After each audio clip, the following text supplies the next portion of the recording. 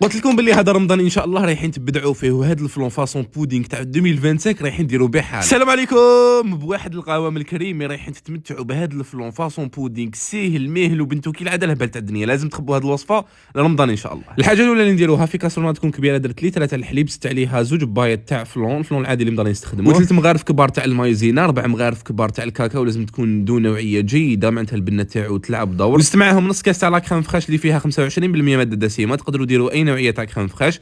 هنا نخلطهم مليح ونحطهم فوق النار مع التحريك المستمر حتى وين تعقد لي.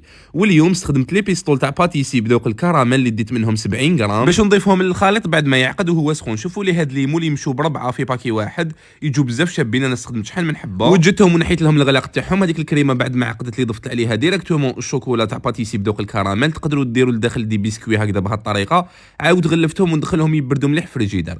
حنقدمهم مع صوص وشوكولا بهذه لي بيستول نفسهم تاع باتيسي تاع الكراميل. درت كامل واش قعد لي في الباكي وزدت عليه 220 مليلتر تاع كريمه سائله اللي كنت سخنتها مليح باش تحصل على هذيك لاصوص. القوالب خليهم يبردوا مليح، ما راحش يخرجوا لكم كامل هذيك الكريمه من تحت كيما شفتوا. نحوا غير هذيك القفله من فوق الخضره وراح تهبط معكم الحبه بكل سهوله. يجوا بزاف شابين. قدمتهم مع البنان والفرز وديك لاصوص وبصحتكم.